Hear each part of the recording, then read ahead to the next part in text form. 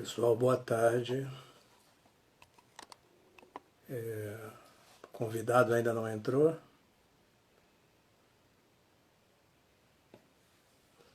Assim que ele entrar, a gente inicia.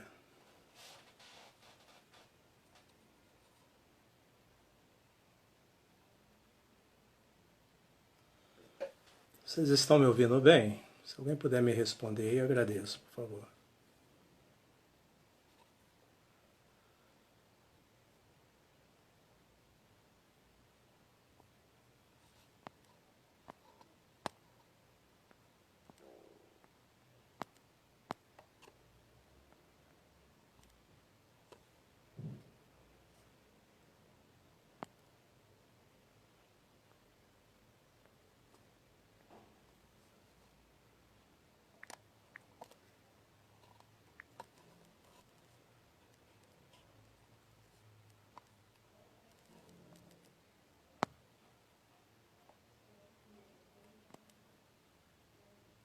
Obrigado, Sérgio. Estou monitorando. Ah, acabou de chegar.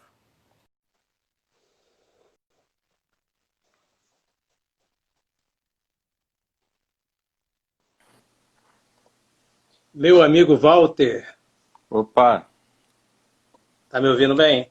tô te ouvindo bem. Tá me ouvindo? Também estou te ouvindo. Bom, boa tarde a todas e todos. Tá? Essa live é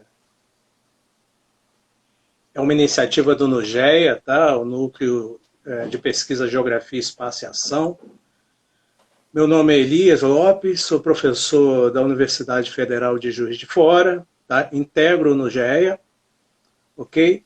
O NUGEA está completando nesse ano fatídico para todos nós, 10 anos de existência, e vem promovendo semanalmente, né, conversas como essa, sobre temas de relevância para o presente momento, né, e para a geografia, todas elas com um geográfico bem demarcado. Né, e hoje, né, nessa live, nós vamos conversar um pouco sobre geografia descolonial. Tá? Para tanto, nós convidamos aí o meu amigo Walter do Carmo. Tá? Walter, ao invés de eu te apresentar, vou pedir para você se apresentar, tá bom? Fala um Tranquilo, pouquinho aí Elias. para a galera Então, aí. então, boa tarde aí para todo mundo que está assistindo a gente. Quero dizer do prazer, né, de estar aqui com Elias, que é um amigo, um colega, é um amigo de longa data aí, de outras épocas da vida. E também já tive a oportunidade de estar com outros colegas desse núcleo, né, em Juiz de Fora, em outras oportunidades. E, na verdade, eu sou professor da Universidade Federal Fluminense. Sou geógrafo, né? Sou professor do departamento e do programa de pós-graduação, mas sou formado em geografia pela Universidade Federal do Pará, uma parte da vida na Amazônia, outra parte aqui no Rio e Niterói. E venho há um tempo trabalhando com essas questões, do ponto de vista mais teórico, do pensamento descolonial, e do ponto de vista mais concreto, envolvendo a discussão sobre luta por território, por terra e movimentos sociais. Um pouco por aí eu acho que daria uma entrada para a gente começar a conversar. Então, o Walter tem sido aí uma referência nessa temática aí, né? Em 2018 eu estive lá na Paraíba e várias pessoas lá estão discutindo isso e falaram do Walter e tal. O Walter tá tão requisitado quanto Aníbal Quirrano, Walter Mignolo, Que isso, né? não brinca. Cara, que são né, algumas das principais referências do debate descolonial. Bom, o tema da live é colonialidade do poder e território, chaves para pensar o Brasil. Né?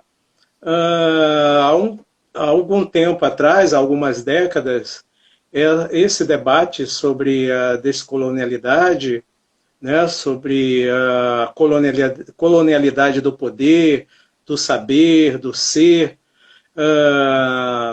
que envolve também um debate sobre um sentido de natureza nessa perspectiva, vem ganhando corpo, né, no debate intelectual e, sobretudo, nas universidades, nos mais variados cursos das ciências, de ciências humanas. Né? Na geografia não seria diferente. A gente tem na geografia como uma figura pioneira nesse debate o professor Carlos Walter, né?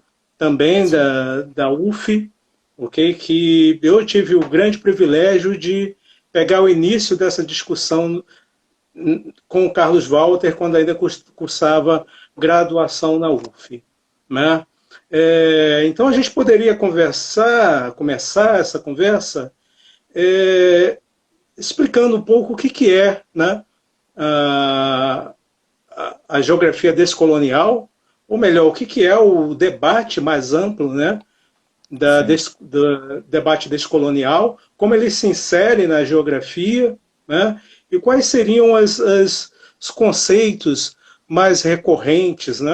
Acho que eu já anunciei aqui a colonialidade do poder, mas quais seriam as chaves, né, aludindo aqui ao título, que nos permitem pensar uma sociedade, uma realidade na perspectiva descolonial.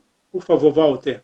Obrigado pela pergunta, Elias. Eu acho assim que, do ponto de vista didático, acho que a primeira coisa a se falar é que o ponto de partida para essa reflexão é considerar essa experiência histórica das sociedades como a sociedade brasileira, né?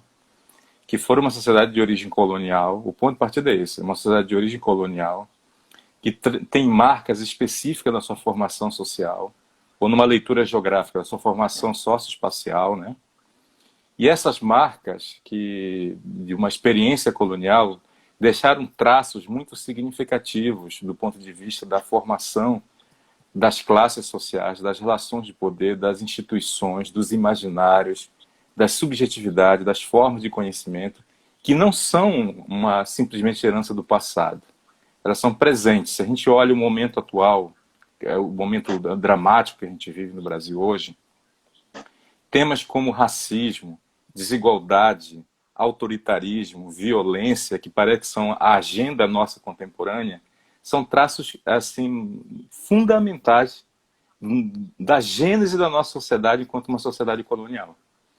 Então a grande questão o primeiro ponto de partida é que esse pensamento coloca é que o processo de ruptura, o processo de transformação histórica, o processo de modernização e transformação histórica, ele se deu de maneira a não ter superado essas heranças históricas de natureza colonial. Ou seja, o nosso capitalismo, né, a nossa modernidade, nossa experiência moderna, o nosso capitalismo, ele tem uma marca colonial. Portanto, interpretar essa sociedade do ponto de vista histórico, sociológico, geográfico, no nosso caso a geografia, exige da gente compreender essa sociedade à luz dessa característica que é marcante. E aí, qual é o ponto de partida? O ponto de partida é que a estrutura social que constituiu essas sociedades ditas de experiência colonial é que se construiu um padrão de poder histórico, marcado, isso que o Aníbal Quijano chama de colonialidade do poder, fundado no poder da raça e do racismo, estruturando e organizando socialmente estas sociedades. Isso não significa que esse racismo e a raça está desvinculada da forma como o capitalismo se constituiu, da estruturação de classe, da exploração capital-trabalho, da exploração capital-natureza, da dominação de gênero, das dominações religiosas, mas significa que as sociedades tiveram como sociabilidade, como forma de sociabilidade básica, como forma de organização das gramáticas, desde a gramática teológica, ontológica, política, epistêmica, o racismo, que dividia, desde o início das nossas sociedades, uma certa classificação social e transformava uma parte das populações que existiam aqui, seja populações indígenas, ou as populações que foram trazidas para cá como populações escravas, em populações consideradas não humanas ou não plenamente humanas. Esse padrão de classificação social que define um estatuto ontológico precário e que coloca em dúvida a condição de humanidade desses grupos sociais é um traço que percorre a nossa história e que até hoje está presente no Estatuto de Cidadania, no Estatuto de Desigualdade Histórica, na forma como nós organizamos o espaço, na forma como nós organizamos a sociedade. Então, esse conceito de colonialidade do poder, ele é um conceito que estrutura um pouco essa leitura, ou seja, é um padrão histórico de poder, que não tem a ver só com essas sociedades, é um padrão histórico mundial de poder, ou seja, é preciso entender que o capitalismo surge, a escravidão é uma dimensão fundamental para o capitalismo, né, moderno, assim como a invenção do racismo é fundamental para a formação da modernidade, ou seja, todo discurso do humano, todo discurso do humanismo, todo discurso da racionalidade ocidental foi fundada num contradiscurso na invenção do racismo sobre outros povos. Então, ou seja, essa discussão ela tem um impacto grande, porque o conjunto de categorias que a gente opera, diferentemente das teorias que a gente opera, veio de uma certa origem social na geopolítica do conhecimento, que operou com as categorias teóricas e conceituais, que tinha uma leitura de um certo tipo de capitalismo, de um certo tipo de modernidade, de um certo tipo de sociedade, que nem sempre representava a nossa experiência. Isso não significa dizer que é apenas um exercício de contextualização, né? Ou seja, eu me lembro do debate dos anos 60 e 70 na geografia. A geografia deu um passo grande, e é um passo importante até hoje, significativo, quando nós adotamos o conceito de formação socioespacial, né? É um ganho esse histórico na leitura crítica da geografia. Eu diria que esse passo de genuinamente brasileira. Isso, de entender a formação socioespacial, vários geógrafos brasileiros, o professor Milton Santos, o professor Rui Moreira, enfim, vários geógrafos, o Antônio Hobbes, vários geógrafos deram essa contribuição. Eu diria que o giro decolonial é uma radicalização desse processo para tentar entender a formação, vamos dizer, socioespacial de um país periférico colonial, mas é um passo a mais, porque não é só para entender vamos dizer assim, as heranças histórico-econômicas desse processo. É que há também uma natureza no imaginário, na memória, na subjetividade e na produção do conhecimento que nós herdamos e que é presente, contemporâneo. Então eu começaria por aí, assim, para a gente discutir um pouco e depois pode voltar a outros temas. Né? O que eu acho importante discernir, você já disse, né, mas acho que vale a pena explicitar, que a ideia de colonialidade ela não é um dado localizado no passado, datado no passado. Ela é uma relação presente, não é isso? Sim. É uma relação que está entranhada no nosso modo de interpretar o mundo, de agir, enfim, de produzir arte, né, cultura, das nossas manifestações normativas, éticas, políticas e etc. Sim, é isso. Assim, o colonialismo ele é uma realidade contemporânea ainda, né? Existem várias partes do mundo que existem experiências coloniais em curso nesse momento. E ninguém na história também pode ter vamos dizer assim, a inocência de achar que novas experiências coloniais não vão se afirmar diante do cenário geopolítico que a gente vê no mundo. Mas a experiência colonial formal nossa, de domínio e soberania territorial de um país sobre o outro, cessou há muito tempo na história do Brasil e na história da América Latina, né? Pelo menos uma grande parte da América Latina. Que aqui mesmo na América Latina nós temos colônias ainda, né, formais, hoje, no presente. Mas a colonialidade do poder é uma categoria que tenta capturar como é que permaneceu desse momento histórico específico uma forma de sociabilidade, um conjunto de relações sociais que está presente no imaginário social, na subjetividade, na produção do conhecimento, eu diria até do ponto de vista de um certo hábito, no modo de ser. É por isso que alguns teóricos vão desenvolver, a partir dessa categoria de colonialidade do poder, outras derivações, como colonialidade do saber, para tentar definir um certo eurocentrismo, né? Uma certa obsessão que nós temos, uma emulação com o conhecimento produzido pelos centros geopolíticos do conhecimento. A ciência social brasileira foi uma ciência social basicamente francesa, né? Isso por um lado, é importante, né? a crítica que se faz do pensamento colonial não é a herança cultural extraordinária e nem ao pensamento europeu. Se faz ao eurocentrismo. É tomar essas referências como únicas referências para pensar o mundo. E, sobretudo, questionar a noção de universalidade abstrata. Né? Ou seja, tomar certas categorias como categorias que serviam foram construídas a partir de realidades bastante específicas e generalizadas como categorias amplas. Eu lembro de um livro do famoso sociólogo norte-americano que foi, infelizmente, recentemente faleceu, Emmanuel Wallenstein, chama Universalismo, né, a retórica do poder, que ele conta a história do universalismo europeu. E ele mostra que, basicamente, o universalismo europeu é uma retórica de poder. Como é que certos discursos que são extremamente específicos, surgem em realidades, vamos dizer, provincianas, pela força do poder e não pela força da razão, se tornam discursos universais e que apagam e silenciam uma série de outras realidades. E durante muito tempo, isso está expresso nas nossas bibliotecas, no nosso repertório teórico, tanto os mais convencionais quanto os críticos, a gente adotou essas bibliotecas como se fosse pouco importante. E isso não é, agora, às vezes tem uma má compreensão e uma leitura rasa desse processo, que se acha que a gente vai começar a tacar fogo nas nossas bibliotecas e jogar fora todo o pensamento crítico acumulado vindo desses países europeus. Não é essa a questão, né? A questão é que a gente precisa descentralizar o pensamento e construir um outro tipo de universalidade a partir de um tipo de escuta e de olhar que veja uma diversidade de olhares e de centro de enunciação. Então é tão importante compreender o que a sociologia ou a geografia francesa faz, como talvez os nossos vizinhos bolivianos, peruanos, né? Ou o que se faz da África do Sul, por exemplo. Né?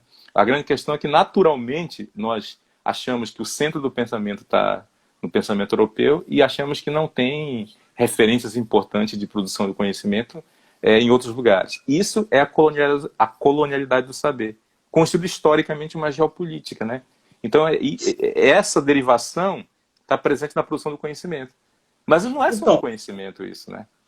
Fala um pouquinho dessas referências, né? Porque quem está habituado ao debate, né, da decolonialidade talvez saiba, mas pode ser que tenha algum ouvinte aqui que ainda, né, não esteja muito familiarizado com essas referências. Né?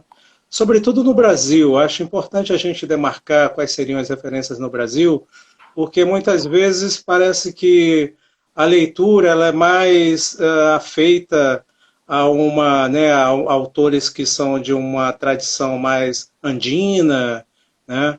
Ou caribenha, e a gente muitas vezes parece que fica meio com poucas referências brasileiras. Eu acho importante fazer uma primeira diferença, que é uma visão restrita e uma visão mais ampla do que é giro decolonial e pensamento descolonial.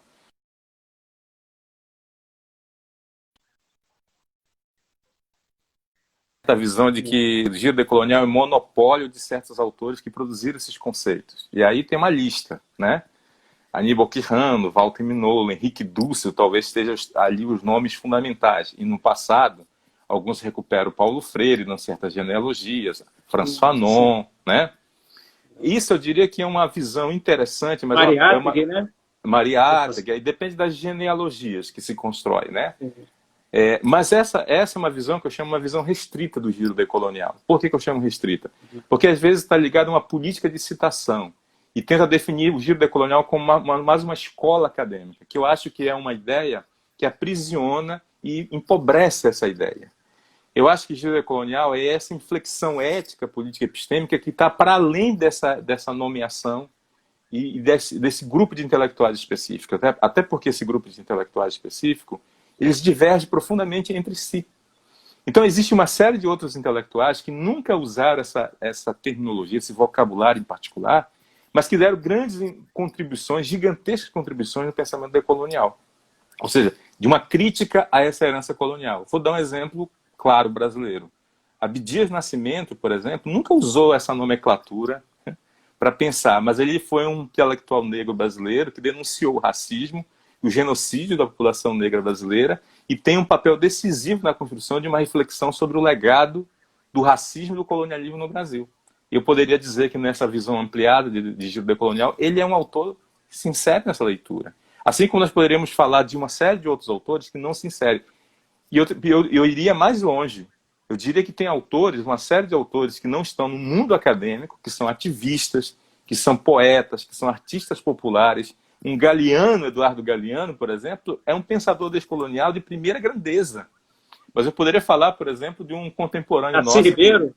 Darcy Ribeiro. Então existe uma quantidade gigantesca. Eu podia falar de pessoas como, por exemplo, Ayrton Krenak, que está aqui. Eu não sei se ele vai se sentir satisfeito com esse nome, mas eu digo, o importante não é o rótulo, o importante é um movimento ético, político, epistêmico que questiona esse legado colonial, né?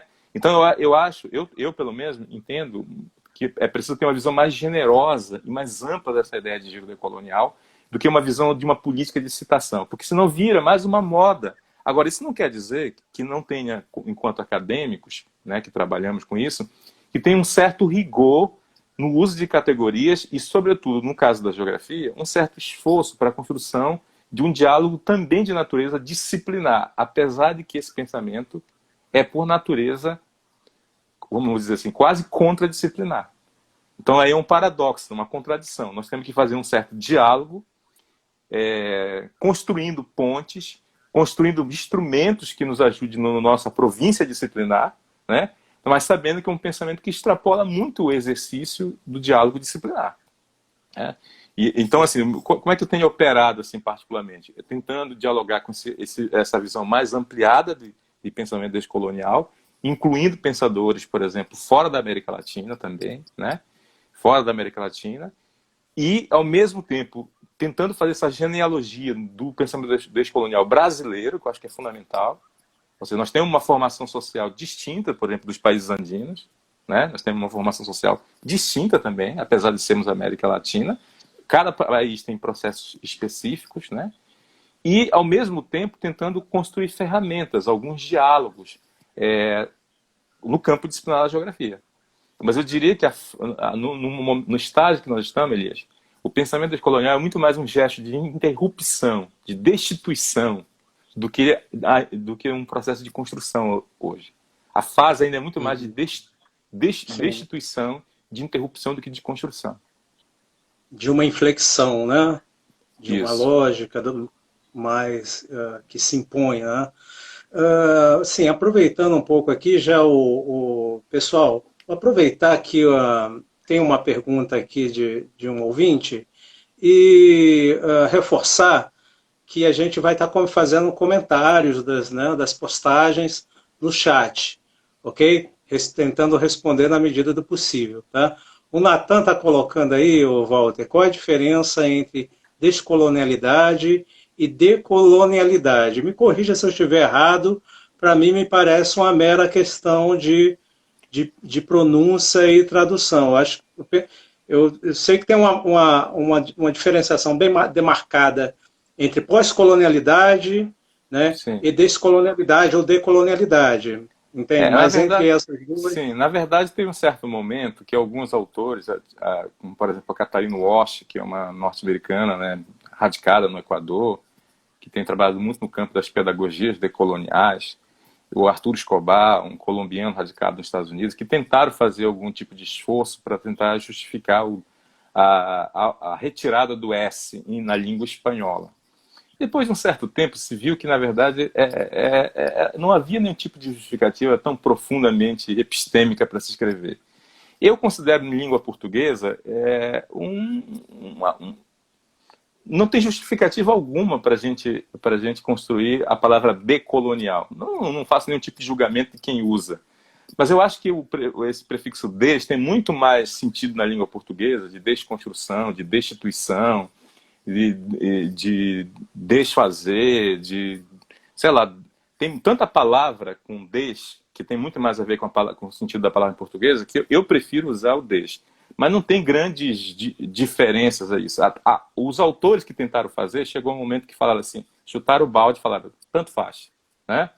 Agora, de fato, com pós-colonialismo tem diferença em função do tipo de experiência histórica, né? Ou seja, a nossa experiência colonial, ela foi de séculos atrás. A experiência colonial afroasiática foi muito recente. Então tem uma diferença muito grande. Por exemplo, essa semana nós estávamos terminando um curso de um autor, Achille Mbembe, eu e o Denilson, num curso que nós estávamos dando. Ele está falando de uma experiência colonial francesa em países como Camarões, que é muito recente. Então, a noção do que é pós-colônia é completamente distinta para nós. Então, ele fala de um Estado pós-colonial. Para ele faz todo sentido essa discussão lá, e para nós faz pouco sentido aqui. O que não significa também que esses autores, por exemplo, não têm uma contribuição enorme para a gente pensar, como Eduardo Said, Stuart Hall, Homi Bhabha, né? Tem estudos subalternos indianos, que adotam uma nomenclatura um pouco diferente. Eu chamo isso de uma constelação, de uma nova constelação do pensamento crítico, né? Que vem com sotaques e línguas diferentes, e distingo bastante do que é chamado pensamento pós-moderno. Eu acho que tem um acento muito claro de um pensamento crítico, né, de comprometido com a emancipação, com o projeto, do que diferentemente de um pensamento pós-moderno, às vezes, excessivamente vinculado a um campo meramente discursivo e da críticas narrativas. Então, aí eu vejo uma diferença. Mas o D e o Ds, para mim, eu acho que hoje no Brasil é uma questão quase que de gosto. E para mim não afetar a língua portuguesa mais do que ela já é afetada, eu prefiro Ds do que D. Bom, vamos entrar um pouquinho na geografia, né? Quando a gente se depara com a expressão geografia descolonial ou decolonial, somos quase que conduzidos automaticamente à ideia, né, de que se estaria sugerindo a criação de mais um nicho, um segmento, uma especialidade no campo maior da geografia. E me parece que a proposta não é bem essa, né? Se a gente pegar a própria carga política que a expressão de colonialidade do poder traz, considerando a transversalidade da política e do poder, né, já é um prenúncio de que a proposta ela é muito mais transversal, né, a todos os segmentos da geografia, do que propriamente, né, a ideia de que se estaria ali gestando, né, um novo segmento, uma especialidade. Sim. Né? A geografia agrária, em especial, tem utilizado muito mais as ferramentas da geografia decolonial, do debate decolonial, né? Um pouco a geografia cultural também, né? Um pouco da geografia feminista, mas acho que a gente tem que ter um pouco de cautela em não entender de forma positivista que, senão seria um grande contrassenso, na verdade. Sim, claro. Estaria se propondo uma nova especialidade. O que você acha disso? Não, é fundamental. A primeira coisa que na geografia não se trata de um campo temático, né? A primeira coisa não é um campo temático. Não está restrita à geografia agrária. Por exemplo, algumas pessoas acham que geografia descolonial tem a ver com comunidade. Porque eu trabalho com sistema, Carlos Val trabalha com sistema, que tem a ver com certos grupos sociais e com certas temáticas. Por exemplo, tem a ver com questão indígena, tem a ver com questão quilombola, tem a ver... Ou seja, como se, por exemplo, geografia urbana não tivesse a ver com o pensamento descolonial. Não há nada mais colonial do que a produção do espaço urbano na nossa cidade. Não há nada mais colonial do que pensar as nossas cidades, ignorando a gênese social histórica da origem colonial dela e o racismo, por exemplo, é um erro gravíssimo. A teoria da produção do espaço urbano até hoje foi uma teoria do espaço urbano que ignorou sumariamente o processo histórico. Eu moro aqui em Niterói, convivo aqui com o Rio de Janeiro, e não levar em consideração isso para entender a cidade do Rio de Janeiro, por exemplo, é um gravíssimo problema. Sim. Esse episódio recente da retirada dos monumentos, né? Sim. De locais públicos, é um exemplo, né, claro disso. Isso. Se a gente pensar a geografia política, como pensar o processo político, o tipo de Estado, democracia, cidadania nossa, sem pensar essas relações coloniais, autoritárias e de violência que nós temos? Então, ou seja, não é um campo temático. Na verdade, não se trata de um campo temático. Eu diria assim, para um começo de conversa, eu diria que é uma perspectiva epistêmica, né? É uma perspectiva epistêmica que, de uma maneira bastante simplificada, ela formula problemas a partir de um outro lugar de enunciação. Deixa eu explicar melhor isso. Eu falei no início que Colonialidade do Poder produz, sobretudo, uma leitura sobre um processo histórico de produção de não existência, aquilo que o Franz Fanon fala da produção do não ser. Houve uma certa predação ontológica sobre certos grupos que não foram só desigualdade do ponto de vista econômico. Esses grupos foram, na verdade, destituídos da sua condição de humanidade. Quando eu falo que a geografia descolonial formula o problema a partir da experiência e da luta desses grupos, é um ponto de partida fundamental. Como pensar, por exemplo, o campo brasileiro a partir desses grupos? Quando eu falo pensar, é pensar o campo a partir da questão dos indígenas, por exemplo, que tiveram o tempo todo a sua condição histórica de cidadania, mas também de existência enquanto condição humana, colocada em questão. Mas se eu passo para o campo da cidade, eu tenho que pensar a cidade, como o meu amigo Denilson está fazendo esses estudos, né? Como pensar a mobilidade, o uso, a apropriação, a produção do espaço urbano, a simbolização, a representação, os imaginários urbanos, a partir de certos grupos que foram o tempo todo colocados como não seres. A gente falava outro dia numa conversa aqui que o Estatuto de Cidadania, do Estado de Direito, da democracia nas cidades brasileiras, eles funcionam como se fossem ilhas, só em certos setores da cidade. Em outros setores da cidade, nada disso funciona. É como se, na verdade, a fronteira da cidade, a periferia, fosse uma fronteira da democracia, do Estado de Direito, né, da cidadania, mas é, sobretudo, uma fronteira do humano. Porque, na verdade, o que está em jogo é o estatuto de humanidade de certas pessoas. Se a vida importa menos, se certas vidas importam menos, se é preciso que certos grupos digam nossas vidas importam, é porque, historicamente, foram ontologicamente predadas essas vidas e colocadas em questão. Então, eu diria que é um lugar de problematização, em primeiro lugar, a geografia descolonial. É problematizar a partir desse ponto de vista. E aí não é um campo temático, né? Eu posso pegar diversos campos temáticos para poder pensar.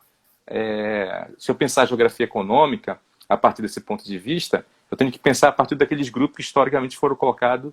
Nós estamos hoje enfrentando uma greve de trabalhadores de uma precarização profunda dos aplicativos. Eles são os trabalhadores que hoje não têm a condição nem de ser explorados no mercado formal de trabalho. Ou seja, como é que a gente pensa a partir desses lugares a relação econômica, né? Então, ou seja, eu diria que quando você muda o lugar de perguntar sobre a realidade, você muda o lugar de problematização. E aí eu acho que esse é um primeiro ponto de partida da geografia decolonial. Formular problemas a partir de outro lugar. Pois é, você tocou num ponto fundamental, né, que é a questão do locus de enunciação, né, sobretudo do ponto de vista geográfico dessa expressão, né. E, nesse sentido, parece que o debate decolonial, né, mesmo entre não geógrafos, tem uma carga geográfica bastante, né, flagrante, né. No entanto, do ponto de vista teórico, parece que os não geógrafos tratam esse debate ainda de forma muito aquém, do ponto de vista teórico e epistemológico, eu digo, né? Do tratamento dos conceitos que são muito caros à geografia, sobretudo o conceito de território, né? Muito recorrente toda vez que, por exemplo, um líder de movimento social vem a público. Então, até como estratégia discursiva, o conceito de território está muito presente, mas no debate decolonial também o está, né, dentre outras questões, dentre outros conceitos geográficos, né, muito embora não com o mesmo tratamento, com o mesmo cuidado teórico que a geografia o trata, né, desde há muito tempo. Então, quais seriam, como a gente pode, como esse conceito, como é que esse debate chega à geografia, né? Como a geografia ela pode contribuir para o debate, uma vez que você considera que a proposta decolonial ela ainda é incipiente, ela ainda está no momento de inflexão, de um velho olhar, né? Então, qual a possibilidade da geografia, né, contribuir, sobretudo do ponto de vista metodológico também, né? Que é uma questão que eu acho que é bastante pertinente, né? Sobretudo pela dificuldade de se trabalhar talvez com as questões mais empíricas, mais, né, mais práticas, de uma experiência prática mais sensível. Sim. Né? Eu acho assim, Elias, acho que é de dupla mão essa contribuição, né? Assim, eu acho que, de um modo geral, esses pensadores, eles não são geógrafos. E muitos usam as categorias da geografia como metáforas, né? Ou seja, Sim, o campo não é um privilégio do discurso descolonial, né? É quase que um sintoma do nosso tempo, o discurso, a metáfora espacial tomando campo no discurso das ciências sociais, mas é muito forte no pensamento descolonial. Acho que a contribuição da geografia é justamente ajudar a pensar isso. Vou dar um exemplo do que eu estou falando. Metodologicamente, você fala do território, vou falar primeiro da escala e depois do território. Um dos maiores equívocos nesse debate sobre pensamento descolonial é pensar essas relações num modelo macro-sociológico sempre na escala mundo. Então, quando se fala de geopolítica do conhecimento, se pensa, por exemplo, só na relação nós-Europa. Quando se pensa em colonialidade do poder, se pensa só na relação centro e periferia, na escala global. Como se não houvesse um processo multiescalar, onde a geopolítica do conhecimento se configurasse de maneira multiescalar, o que é típico da contribuição da geografia. Existe uma geopolítica do conhecimento e uma relação de centro e periferia no Brasil. Eu sou da sim, Amazônia, a narrativa sobre o país, a produção do conhecimento sobre o país é feita a partir do centro-sul do Brasil. Se ignora sumariamente. Na semana passada houve um dado que morria 13 vezes mais gente no norte do Brasil do que no sul de Covid. Parece uma informação banal, entende? Mas que mostra a diferença histórica que está colocada. A Amazônia é quase a metade do Brasil, do ponto de vista de certo recorte regional, ou mais da metade, e ela parece irrelevante na disputa de qualquer reflexão sobre o projeto nacional. Os intelectuais do Centro-Sul brasileiro ignoram sumariamente a produção que é feita na periferia do Brasil. Ou seja, eu estou dando um exemplo do Brasil, mas eu podia falar de uma escala menor ainda. Eu podia falar do Rio de Janeiro. E para falar que existe uma geopolítica do conhecimento. Então, a escala tem um peso gigantesco no olhar. Ou seja, existe uma macropolítica, mas existe uma micropolítica. A colonialidade do poder, ela não é só analisada nessas macroescalas. Ela existe uma microfísica do poder colonial. Ou seja, então isso é um olhar que um geógrafo vai fazer e que um teórico do pensamento colonial não vai fazer. Então, os jogos de escala é central para desvendar relações de poder. E isso é perfeito. fundamental no pensamento decolonial para compreender a colonialidade. Senão, não vamos ficar atribuindo à Europa os problemas, senão não vamos entender que as relações coloniais estão aqui colocadas. Para mim entender a relação colonial hoje, a colonialidade do poder no Rio de Janeiro, por exemplo, tem que entender as relações territoriais que está desenhado numa cidade como essa. As relações de poder estão reproduzidas a um colonialismo interno que se dá no Brasil, mas se dá na cidade do Rio de Janeiro. Como é que é tratado certas regiões periféricas da cidade do Rio de Janeiro, por exemplo? Então, assim, se a gente não tem esse olhar escalar, que eu acho um dos maiores atributos que a geografia tem, enquanto disciplina, é central. Agora, vamos falar do território, por exemplo. O território é central. E agora, é preciso dizer também que não é só a geografia que aporta elementos metodológicos para o pensamento descolonial. O pensamento descolonial aporta debates para a geografia. Por exemplo, a geografia se definiu historicamente como uma ciência do presente. Né? Vários, desde o passado até o contemporâneo, define como ciência do presente. E pouca gente se debruçou a refletir o estatuto da historicidade na geografia. Quando nós fazemos isso, nós colocamos num campo específico, quase virando geohistória, que tem muita gente dedicando com muita competência, diga-se de passagem, nesse campo. Mas o Estatuto da Historicidade é um estatuto central para pensar qualquer processo de produção do espaço, formação de território, experiência de lugar. E o pensamento colonial obriga a gente a pensar essa diversidade de temporalidades. O Milton contribuía com isso, dizendo da diversidade de tempos no espaço. Mas não é só nas formas espaciais, nos usos do espaço. São nas relações, nos imaginários espaciais, né? Nas subjetividades no espaço. Ou seja, nós temos múltiplos tempos colocados. Um exemplo que o pensamento colonial, é impossível fazer uma geografia descolonial que não pense as largas durações. Né? Um exemplo. Então, nesse sentido, é crucial pensar isso. Então, o território, por exemplo, o debate sobre território na geografia hoje, ele avançou muito. mas muitas das vezes ele também é extremamente presentificado. E uma grande parte dos debates sobre as questões territoriais brasileiras tem uma densidade, uma espessura histórica de larga duração.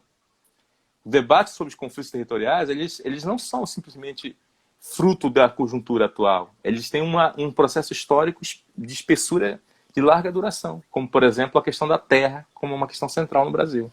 Então é um diálogo de vai e vem, né, que a gente está colocado. Tem gente perguntando, aí não sei muito olhar isso aí. Vamos pegar aqui algumas perguntas. O Sérgio Vieira, né, grande Sérgio, está perguntando assim: podemos dizer que o pensamento decolonial está nas ações políticas dos indivíduos e de seus diversos grupos sociais? O que você acha aí, Walter? Eu acho que está nele, está na produção dos saberes, né, dentro e fora da universidade. Está nos ativistas, está nos artistas e está nos intelectuais também, né? Vou dar um exemplo. Uma fronteira fundamental que o pensamento descolonial pode contribuir, que é a criação de metodologias. E hoje a produção de estética, de pedagogias, de metodologias está muito mais avançado fora do que dentro da universidade. Nós estamos vendo a pandemia e agora você tem que reinventar pedagogicamente. A universidade é um dos lugares mais atrasados pedagogicamente que eu conheço. Mas se você vai nos movimentos sociais, você vai na educação popular, você tem um aprendizado de coisas que está acontecendo em termos pedagógicos extraordinário. Você vai nos coletivos culturais, por exemplo, urbanos, você vai ver coisas extraordinárias acontecendo. Então, tudo isso é produção de conhecimento, produção de estética, de linguagem, de metodologias, de pedagogias. Então, eu vejo que, na verdade, tem um movimento acontecendo dentro da universidade, mas, sobretudo, fora da universidade. Eu acho que é preciso ter uma noção mais ampliada. Por isso que eu digo que não dá para tomar a ideia de pensamento descolonial como uma visão restrita, estreitamente acadêmica, como uma política de citação, que eu costumo dizer, né? Como uma escola acadêmica. Eu diria, inclusive, que tem muita gente citando esses autores e fazendo uma coisa muito diferente do que uma geografia ou um pensamento descolonial, né? Porque não estão em comprometimento ético e político com as questões que realmente esse pensamento demanda. Então, o Dermani, grande Diego Dermani, tem uma pergunta interessante. Superar a crise ambiental perpassa descolonizar o significado do conceito de natureza? É interessante, sobretudo, porque o conceito de natureza é daqueles conceitos que eles estão tão enraizados na nossa visão, sobretudo eurocêntrica de mundo, que sequer paramos muitas vezes para questioná-lo, né? Assim como o conceito de tempo, de espaço e todas essas macro categorias, né? O conceito de homem, por exemplo, né? Certamente que sim, né? Acho que a descolonização do conceito de natureza e da própria natureza, ela é uma exigência, sem dúvida, para superar, né, a sociedade capitalista, né, a visão eurocêntrica de mundo. O que você acha, Walter? Eu acho assim, tem uma pergunta sobre a pandemia também, eu vou aproveitar e vou emendar nas duas. Assim, né? Eu acho assim, primeiro vou começar pela pandemia, que foi que eu enxerguei, que depois eu volto para a natureza. Eu acho que o conceito como colonialidade do poder, que esse pensamento aportou, e conceitos como interseccionalidade, que o pensamento feminista negro e latino de origem norte-americana aportou, eles modificam a nossa maneira de pensar desigualdade, de pensar vulnerabilidade, de pensar risco, né? Ou seja, a gente tem uma visão, eu tenho repetido que a contribuição mais importante que o pensamento crítico tem dado recentemente são leituras mais complexas do capitalismo e da desigualdade. E esses dois campos de pensamento têm contribuições muito importantes. Então, por exemplo, quando a gente olha no início dessa pandemia, tinha um discurso de que havia uma democracia do medo, do risco, né, e do perigo. Quando a gente começa a ver hoje, 60 mil pessoas morreram. Quando a gente começa a ver os dados, na verdade, na prática, se reproduz padrões de desigualdade profundo, que tem a ver com padrões de classe, padrões raciais, padrões territoriais de periferia, e no Brasil, de dinâmicas regionais. Nos Estados Unidos, tem morrendo 3 vezes mais negro do que branco. No Brasil, é quase isso a proporção, sendo que nos Estados Unidos, a proporção de população negra em relação à população branca é muito menor do que no Brasil. Mas no Brasil existe uma subnotificação de dados absurda. Então, a desigualdade é profunda. Se a gente não tiver uma visão interseccional, né, e da colonialidade do poder para pensar como está o entrelaçamento das relações de desigualdade, né, a gente não compreende essa desigualdade que, ao mesmo tempo, é social e territorial. Agora, do debate da natureza, esse é um debate bem interessante. Eu venho me aproximando muito da reflexão sobre ecologia política, né, envolvido num projeto gigante aí, de construção de um dicionário latino-americano de ecologia política. E a gente tem claramente assim dois tipos de ecologia política que tem a ver com a geopolítica do conhecimento. Uma ecologia política muito desenvolvida, de língua inglesa, sobretudo, né, que veio do campo do marxismo, que dá uma contribuição gigantesca com os debates de metabolismo social, né, que revê todo o quadro da teoria do valor, incluindo a dimensão do material e energética. É uma contribuição gigantesca que a geografia brasileira precisa dialogar com mais profundidade. Já vem dialogando, mas é preciso dialogar com mais profundidade. Mas existe toda uma outra contribuição, que é a contribuição latino-americana, que é o diálogo a partir de outras cosmologias, do diálogo com os povos. Que não é simplesmente pensar como se internaliza a natureza dentro dos processos produtivos. Não é só pensar como a natureza é fluxo de matéria e energia no processo de produção do capital. Não é apenas mostrar que o capital circula, não é só circulação de dinheiro e mercadoria, é matéria e energia. Mas é repensar o sentido da nossa relação com a natureza. E pensar que esse conceito de externalização do homem com a natureza, ele é central nas catástrofes que nós temos hoje. Maldonado Torres, um autor porto-riquenho, ele fala que a colonialidade produziu certas catástrofes metafísicas, né? O racismo foi uma. A exterioridade do homem na natureza foi outra. Ou seja, são catástrofes metafísicas, mas são catástrofes metafísicas que hoje geram catástrofes físicas, a ponto de a gente estar discutindo antropocenos ou capitalocenos, né, de esgotamento da natureza. Então, na verdade, é uma discussão central. Se a gente não consegue refazer essa rota, a gente está num limite objetivo, na verdade, do ponto de vista da capacidade de reprodução da vida. E esse debate é muito interessante. Eu acho que as duas leituras de ecologia política são importantes. Essa que traz a dimensão da natureza enquanto metabolismo social e essa que pensa a natureza como um cosmo, como forma de outra maneira de pensar a vida envolvida com a natureza e não simplesmente dentro do processo econômico. Perfeito. Bom, pessoal, não sei se a gente vai conseguir dar conta de todas as perguntas, tá? Uma telinha aqui também é pequena, é até difícil ter uma dimensão de quantas perguntas tem, mas eu dei uma rolada aqui, tem várias, tá?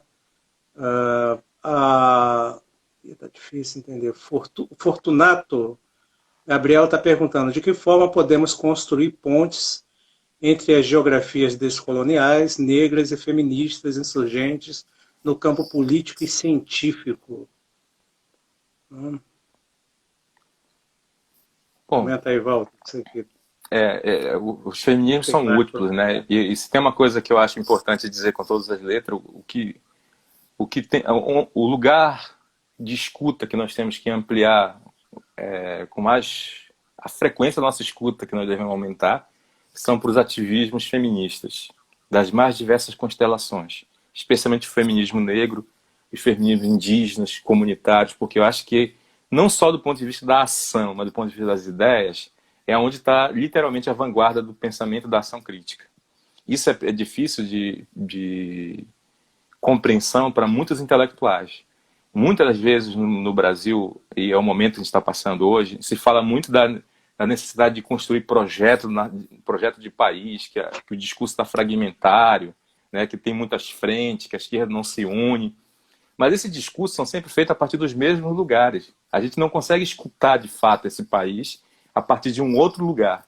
E se a gente escutasse a partir desses lugares, a gente poderia, de repente, repensar uma noção de país com uma agenda um pouco diferente. Então eu vejo muita potência nisso, nesses feminismos, apesar das suas diferenças, né? Por exemplo, quando eu falei do conceito de colonialidade do poder, do conceito de interseccionalidade, são duas categorias que eu vejo uma potência enorme. Por que eu vejo potência? Porque eles não isolam, eles pensam como totalidade as relações sociais. Ele pensa a multiplicidade, o entrelaçamento das relações de poder na produção da dominação, mas também na relação das resistências. É por isso que fala-se muito de política de coalizão, de política de aliança, de política de escala nas lutas sociais. porque os processos sociais, eles estão articulados. Não é pensar abstratamente um projeto social universal, é pensar a partir dos processos concretos. Então eu vejo que essas lutas, na prática, elas têm muito em comum, e é para onde nós devíamos lançar o nosso olhar e, sobretudo, lançar nossa escuta. Porque eu penso que nós temos ainda muito a aprender. Eu, pelo menos, meu objetivo é escutar mais do que falar para esses grupos, porque eu acho que tem muita coisa para ser aprendida. E muitos intelectuais, especialmente do centro-sul do Brasil, têm muita dificuldade de ouvir. Os intelectuais que estão na cena pública brasileira falando sobre o projeto nacional são sempre os mesmos. E, por mais importante que eles tenham no seu discurso, na sua elaboração, mas são discursos que têm esses limites que eu estou falando, essa cegueira epistêmica de ver o Brasil a partir sempre do mesmo lugar. Então, por exemplo, esse discurso de natureza não aparece. O debate sobre desenvolvimento econômico é sempre o mesmo. É como se nós tivéssemos errado uma rota, fôssemos parar num governo fascista e nós tivéssemos que voltar na rota passada, que tinha um modelo de desenvolvimento extraordinário. Bom, os grupos que viveram na ponta o que foi o modelo de desenvolvimento dos últimos anos sabem que não tem nada disso. Que, na verdade, o modelo de desenvolvimento foi um modelo baseado na exploração de commodities intensivas e que levou a uma zona de sacrifício de muitos grupos sociais. Então, nesse sentido, eu acho muito importante, e esses grupos têm muito a nos ensinar. Isso eu acho que é uma postura que o pensamento descolonial nos ajuda a entender. Uma postura ética diferente no processo de produção do conhecimento que muda o tipo de escuta. Pois é, acho que tem uma questão da linguagem aí também, dessas comunicações, né? Além de Recife, um determinado número reduzido de intelectuais, como você disse, são sempre os mesmos, também tem toda uma questão da linguagem. Um canal como esse, por exemplo, né, de transmissão remota, não cabe muito assumir aquele formato mais acadêmico, né? Eu tenho visto lives por aí, e o que eu tenho me deparado é muito mais com essa estética, né, de comunicação acadêmica do que exatamente uma forma mais dialógica, digamos assim. Queria pegar aqui a Annelise, ela está perguntando o seguinte: Carlos Walter comumente diz que o marxismo não é capaz de abarcar todas as necessárias críticas ao capitalismo, e acredito que ao sistema mundo moderno colonial. Poderiam falar um pouco sobre isso? Ô, Annelise, eu penso que abordagem nenhuma é capaz de esgotar, né? Se a gente ter em conta que a proposta marxista, né, dentre outras, né, podem partir de uma concepção dialética, está colocada aí um campo metodológico que quer entender a totalidade, né, no processo histórico, né, como tensão entre parte e todo. Enfim, a despeito das insuficiências do marxismo, não acredito que outras propostas elas também deem conta de esgotar todas as críticas necessárias ao capitalismo. O que eu acho interessante, Elias, nesse debate é o seguinte: que eu tenho interessado por certas leituras que não abandonam a leitura crítica, né? É um livro recente da Nancy Fraser, né, que é uma filósofa, né, que tenta recuperar assim, o diagnóstico dela assim: um pensamento crítico não pode abandonar uma leitura do capitalismo. Qualquer pensamento crítico que abandone a leitura do capitalismo é um pensamento crítico que é cego para a questão central de interpretar e disputar uma sociedade. Agora, ela tem uma reflexão muito interessante, que ela diz assim: o que ficou fora da leitura, por exemplo, de Marx na leitura do capitalismo? E aí ela aponta umas pistas que eu venho seguindo, como, por exemplo, o que é que uma leitura, como eu falei isso em alguns lugares, da Silva Federici, por exemplo, um livro, aponta como o papel da reprodução é central no capitalismo, que não teve na centralidade da leitura, por exemplo, de Marx. Como a acumulação primitiva tem um vínculo direto, por exemplo, com os corpos femininos.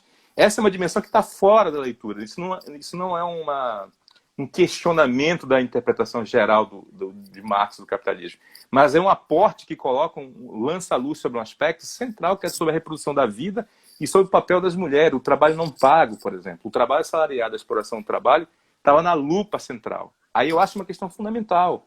Quando eu olho um livro como Mbembe ou Aníbal Quijano, vão dizer assim, olha, o racismo é constitutivo e fundamental para o capitalismo. Isso é importante. Isso não está na centralidade, por exemplo, da leitura do Marx. Agora tem uma série de livros que eu comprei, estou lendo agora, o Marx nas Margens, né, que vão falar dessa produção posterior ao capital do Marx, para tentar entender o papel que o Marx via nessa sociedade de origem colonial. Eu não tenho uma opinião formada a respeito disso, que eu estou lendo agora. Nas obras que foi feita com as obras maduras do Marx, do Capital, isso não tinha centralidade, não ser no capítulo da acumulação primitiva lá no final, né? Então, nesse sentido, uma leitura que coloca o racismo como constitutiva, ela acresce um elemento fundamental. Teórico como Jason Moore, por exemplo, que coloca a dimensão da natureza como a dimensão central para ler o capitalismo, além da relação capital-trabalho, acresce, expande a leitura marxista do capitalismo. Ou seja, então eu vejo que, de fato... A Rosa Luxemburgo, né? A própria Rosa Luxemburgo também. Sim, a exterioridade, incluindo esses grupos que não estavam fora da exterioridade, né?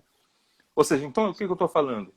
Essa dimensão da ecologia política, do feminismo, do pensamento descolonial, são questões que respondem a profundos aspectos centrais da nossa sociedade, que talvez não estejam plenamente desenvolvidos numa leitura, eu diria, nem de Marx, nem da geografia marxista, né? Ou seja, isso não quer dizer, de forma nenhuma, que a geografia marxista não é relevante e fundamental para pensar criticamente a sociedade. Eu acho que a questão é o tipo de problematização que você está fazendo. Então, por exemplo, quando eu questiono que na geografia, que a teoria da produção social do espaço, da produção capitalista do espaço, que foi usada como chave essencial para ler a produção do espaço urbano brasileiro, ignorou sumariamente a dimensão racial, e aí eu não estou falando especulativamente, é possível identificar 4, 5 trabalhos que são exceções disso, no Brasil inteiro, na história da geografia urbana brasileira. E isso é muito grave, porque a formação das nossas cidades tem na sua gênese a dimensão racial como constitutiva. Mas a geografia agrária também ignora durante muito tempo a dimensão, por exemplo, indígena e a dimensão negra, quilombola, como um elemento fundamental nas disputas por território. Então, assim, aliás, eu diria que a geografia agrária, ela, do ponto de vista empírico, ela não ignora mais, nem do ponto de vista político.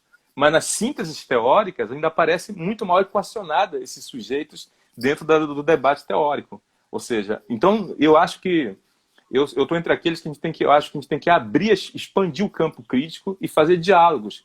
Não por mero ecletismo, mas porque talvez a tarefa de toda geração é construir ferramentas para enfrentar o que se vive, né, como desafio. Walter, deixa eu te interromper um pouco. Pessoal, infelizmente não teremos condições de responder a todas as questões. A gente já está assim, prestes a ser, né, derrubados aí. O Instagram só permite 59 minutos de transmissão. Então, Walter, por favor, vou pedir para você, né, fazer suas considerações finais, tá? E desde logo eu agradeço, tá, a sua disponibilidade, a sua participação, e agradeço também os ouvintes aí pelo interesse, né, na conversa. Eu agradeço, Elias. É um prazer trocar essa ideia contigo aí, com o grupo de vocês. Eu acho assim que é um debate importante, né? E o momento que a gente vive é muito crítico, né? Eu acho assim, tem um desafio central. Acho que nós temos um desafio geracional, né? O Brasil precisa enfrentar questões que são importantíssimas. E a geografia decolonial tem um papel importante porque o Brasil vive hoje um momento de celebração desse passado colonial. Nós temos que ter consciência histórica disso, fazer a crítica